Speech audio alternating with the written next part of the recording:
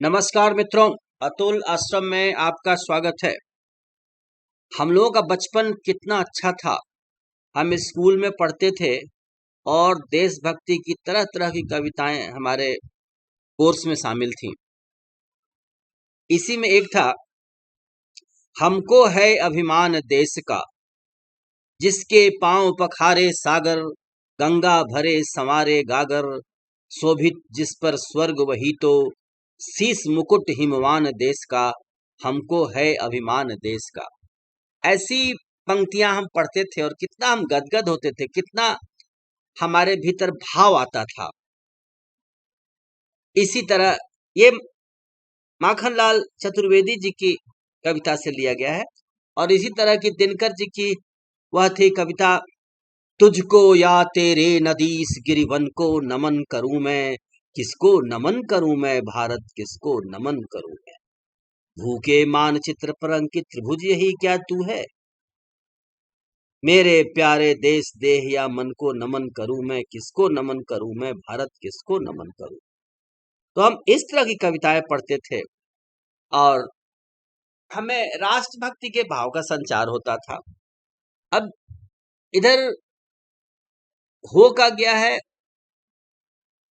कि आपाधापी में ये राष्ट्रीय भाव, इस पर ध्यान पूरी तरह से नहीं दिया जा रहा है। मैं एक दिन किसी क्लास में था, मैंने पूछा लोकमान्य बाल गंगाधर तिलक, बच्चे नहीं बता पा रहे थे। मैंने पूछा गोपाल कृष्ण गोखले, बच्चे नहीं बता पा रहे हैं। तो स्वाधीनता संग्राम, हमारे देश के महापुरुष, हमारे देश की नदियां, हमारे देश के पर्वत, जब तक हम इनको नहीं जानेंगे तब तक भारत को कैसे जानेंगे। भारत इन्हीं से तो बना है, हमारे श्रेष्ठ ग्रंथ, हमारी संस्कृति। तो इसके लिए यदि सिलेबस या कोर्स नहीं जिम्मेवार है तो हमारे जीवन में ये अंगीभूत होना चाहिए, हमारी चर्चाओं में होना चाहिए।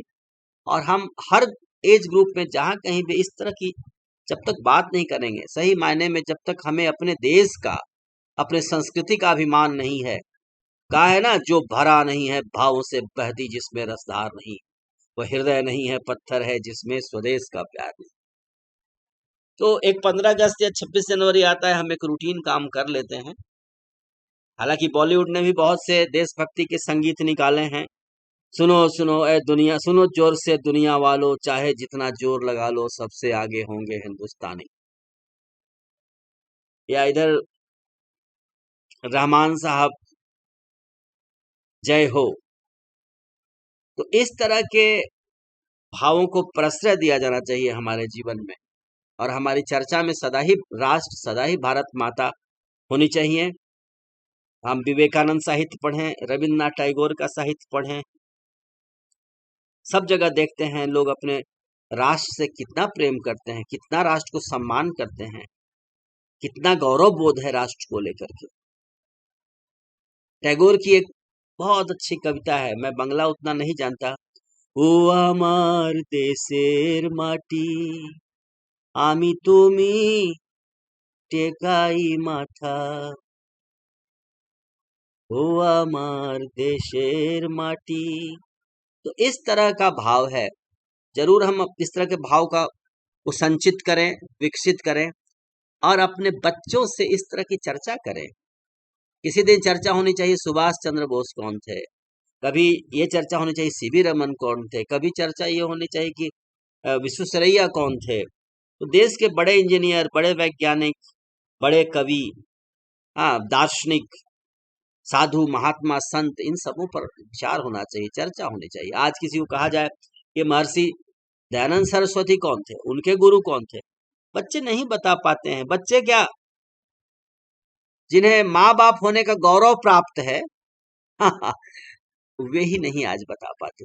मैंने कई बार लोगों से पूछा कि क्या आपके घर में कोई अपनी संस्कृति या धर्म के कोई ग्रंथ है, उन्होंने कहा कि नहीं नहीं है तो, लेकिन यहाँ नहीं है, मेरे पिताजी गांव में उसको रखते हैं, ये उनकी जिम्मेवारी है। फिर मैंने पूछा कि आपकी क्या जिम्मेवारी है, तो उन्होंने कहा कि मेरी जिम्मेवारी एक जॉब करना है और सप्ताह में 1-2 दिन KFC जाना है, ये मेरी जिम्मेदारी है। बाकी जो सदग्रंथों को और पढ़ने की और जिम्मेदारी या दायित्व, ये अभी हमारे माँ बाप पर है। इस तरह की चर्चा है। तो आइए हम मिलजुल कर अपने राष्ट्र को सम्मान दें, राष्ट्रभक्ति के भी गीत गाया करें, जैसे और गीत गाते हैं, राष्ट्रभक्ति के भी गीत गाएं और अपने बच्चों से इस महान राष्ट्र के बारे में जरूर चर्चा करें कि हमारा देश कितना महान है। चलिए इस पर हम बात करें। यहाँ पर क्या था, बार बार ये बात हम बचपन सुनते आ रहे हैं, हमारे देश का मुकुट हिमवान है। और इस देश के चरण कौन पखार रहा है? 3 तरह से सागर पखार रहा है। महर्षि वाल्मीकि भी जब चर्चा करते हैं श्री राम का, तब कहते हैं समुद्र इव गांभीर्य धैर्य न हिमवानिव, कि प्रभु श्री राम का चरित्र कैसा है, समुद्र जैसा गंभीर है और हिमालय के जैसा उनमें धैर्य है।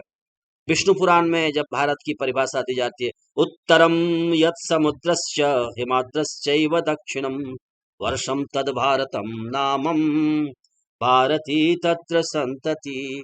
तो इस तरह से समुद्र और हिमालय के बिना भारत की कोई कल्पना नहीं की जा सकती। हम एक विशाल विशाल राष्ट्र के उत्तराधिकारी हैं, हमें इस बात का गर्व होना चाहिए। जय श्री राम, जय भारत, जय जगत।